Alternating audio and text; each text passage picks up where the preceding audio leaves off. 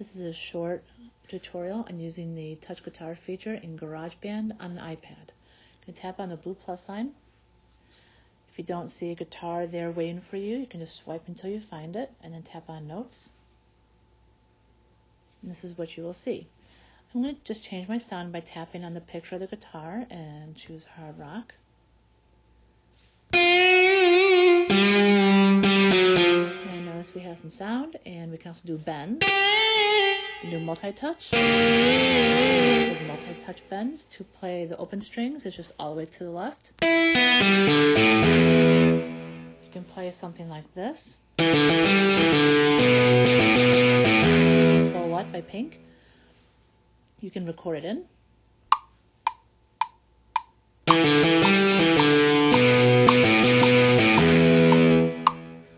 If you don't like what that is, you can just tap it once, tap it twice, press delete, try again. And what you can also do is have it record in and maintain the bends that you want to record in.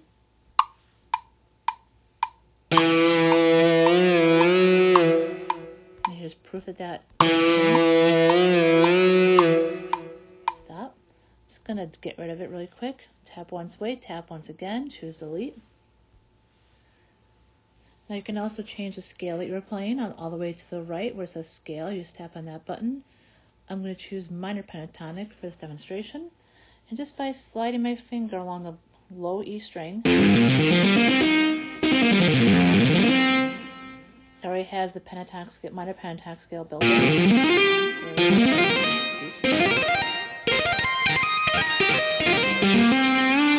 can still bend as well.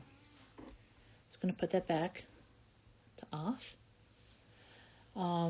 If you are in the acoustic guitar feature and you want more chords, tap on the names of the chords, or you can strum from bottom to top, or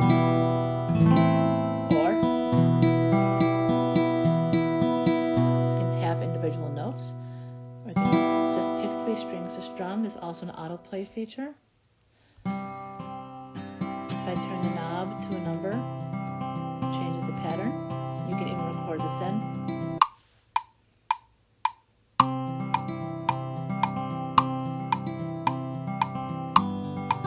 I recommend tapping the and the beat, or and.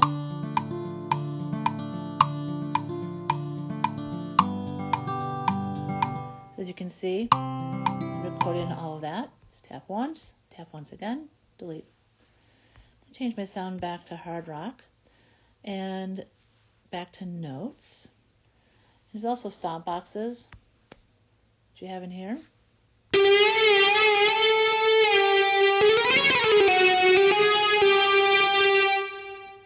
That you can use as well. And that's just a quick tour around the touch guitar feature of GarageBand on an iPad.